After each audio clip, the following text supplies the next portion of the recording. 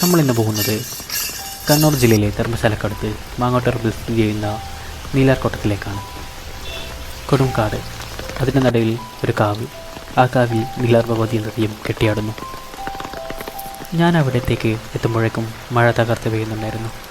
ആ മഴയിൽ ആ കാടും ആ പരിസരവും ആ തെയ്യം നടക്കുന്ന വഴിയും ആ തെയ്യത്തിൻ്റെ ആ സ്ഥലങ്ങളൊക്കെ കാണാൻ പ്രത്യേകതരം ഒരു അനുഭൂതിയായിരുന്നു. ആ ഒരു ഫീലൊന്ന് അനുഭവിച്ച് തന്നെ അറിയണം. ഇവിടെ മഴയാണെങ്കിലും തെയ്യം കെട്ടിയാടാറുണ്ട്. ഞാനിവിടെ എത്തുമ്പോഴേക്ക് തെയ്യക്കാരൻ തെയ്യത്തിൻ്റെ ഒരുക്കങ്ങൾ തുടങ്ങിയിരുന്നു. മുഖത്ത് ചുവന്ന ചായം പൂശി കാൽച്ചിലങ്കകൾ അണിഞ്ഞ് തെയ്യത്തിൻ്റെ ഒടിയാടകൾ ചുറ്റി അദ്ദേഹം ഒരുങ്ങിക്കഴിഞ്ഞു. അങ്ങനെ തെയ്യം അണിയറയുള്ള ഒരുക്കം കഴിഞ്ഞ് പുറത്തേക്ക് വന്നു. ഇനിയുള്ള ഒരുക്കം ഇവിടെ പുറത്തു വെച്ചാണ് നടത്തുന്നത്. അതിനുവേണ്ടി ഇവിടെ ഒരു പ്രത്യേകതരം ഒരു കല്ലുണ്ട്. ആ കല്ലിലിരുന്നാണ് ബാക്കിയുള്ള മുടി വെക്കുന്ന ചടങ്ങുകളൊക്കെ ചെയ്യുന്നത്. ഇവിടെ ഈ തെയ്യം മാത്രമാണുള്ളത്. ഈ തെയ്യത്തിൻ്റെ പേരാണ് നീലാർ ഭഗവതി. ഈ തെയ്യത്തിൻ്റെ ഐതിഹ്യം, പണ്ട് നീലി എന്ന സുന്ദരിയും ബുദ്ധിമതിയുമായ സ്ത്രീ നാടുവഴിയാൽ കൊല്ലപ്പെട്ട് രക്തദാഹിയായ രക്ഷസായി മാറുന്നു. പിന്നീട് സ്നേഹമയായ അമ്മയുടെ രൂപം പ്രാപിച്ച് കാളകാട്ടില്ലത്തിലെ തന്ത്രി കൊട്ടിയൂർ നിന്ന് മടങ്ങുമ്പോൾ ഒപ്പം പോരുകയും മാങ്ങോട്ടുറമ്പിലെ നരിയും പശുവും ഒന്നിച്ച് ജീവിക്കുന്ന കാട്ടിൽ പ്രതിഷ്ഠിക്കാൻ ആവശ്യപ്പെടുകയും ചെയ്യുന്നതാണ് ഐതിഹ്യം.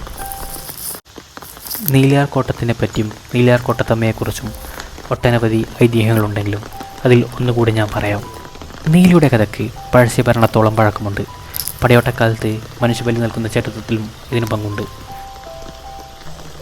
പഴശ്ശിയുടെ പടയോട്ടങ്ങൾക്ക് ഇങ്ങനെ ബലിയർപ്പിച്ചിരുന്നത് മണത്തണയുള്ള കാളിദേവിക്കായിരുന്നു. കാളിക്ക് മുന്നിൽ രക്തവും മാംസവും ചിതറിയ പടയോട്ടക്കാലത്തിന് അന്ത്യം വന്നത് ബ്രിട്ടീഷ് ഭരണത്തോടെയാണ്. അതോടെ മനുഷ്യബലി നിരോധിക്കപ്പെട്ടു. രുദ്രവും മാംസവും ഇല്ലാതായ കാലത്ത് കാളിദേവി കോപാകുലിയായി. തുടർന്ന് വഴിയാത്രക്കാരെയും നാട്ടുകാരെയും ഉപദ്രവിക്കുന്ന നിലയിലേക്കെത്തി.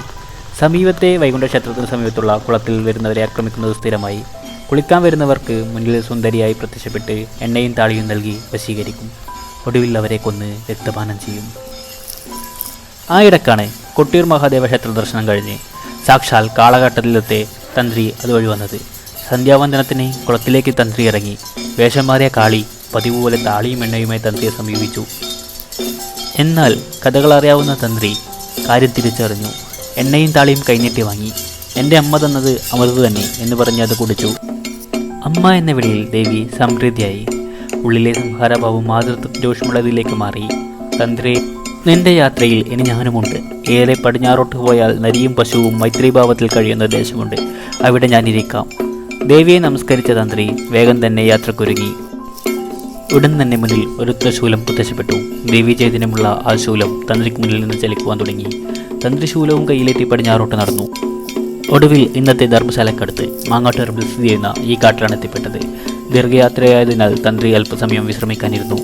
പിന്നീട് പോകാനൊരുങ്ങിയപ്പോഴാണ് തൃശൂലം മണ്ണിൽ ഉറച്ചതായി മനസ്സിലായത്.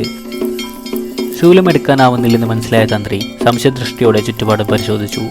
ഒടുവിൽ കാട്ടിൽ അല്പം താഴെയായി ഒരു നരിമട കണ്ടെത്തി.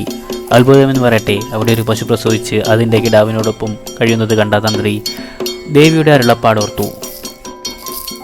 ഈ കാടിന് ഒരു ദിവ്യ തേജസ്സുണ്ടെന്ന് തിരിച്ചറിഞ്ഞ തന്ത്രി തൃശൂലം ഉറച്ചു പോയെടുത്ത് പൂജയും കർമ്മങ്ങളും നടത്തി ദേവിയെ പ്രതിഷ്ഠിച്ചു. പ്രതിഷ്ഠ നടത്തിയ ഇടവും നരിമടയും ഒരേ നേർരേഖയിലാണ്. മരങ്ങളും ചെടികളും കിളികളും ഒട്ടനേകം മറ്റ് ജീവജാലങ്ങളും തിങ്ങി നിറഞ്ഞ ഈ കാടിൻ്റെ പച്ചിലക്കാടിൻ്റെ അമ്മയായ ദേവിയെ പച്ചിലക്കാട്ടിലച്ചി എന്നും വിശേഷിപ്പിക്കുന്നു. നിങ്ങളിവിടെ വരാൻ ആഗ്രഹിക്കുന്നുണ്ടെങ്കിൽ നീലാർകോട്ടത്തിൻ്റെ നമ്പർ ഞാനിവിടെ കൊടുക്കാം. അതിൽ വിളിച്ചന്വേഷിച്ചാൽ ഇവിടെ തെയ്യം ഉണ്ടാവോ ഇല്ലയോ എന്ന് നിങ്ങൾക്കറിയാൻ പറ്റും. വർഷത്തിലെ ഒട്ടുമിക്ക ദിവസങ്ങളിലും ഇവിടെ തെയ്യം ഉണ്ടാകാറുണ്ട്. നിങ്ങളിവിടെ വരികയാണെങ്കിൽ ദയവ് ചെയ്ത് ഈ കാടിനെ മലിനമാക്കരുത്. പ്ലാസ്റ്റിക് സാധനങ്ങളൊന്നും നിക്ഷേപിക്കരുത്. കോട്ടത്തമ്മ എല്ലാവരെയും കാക്കട്ടെ.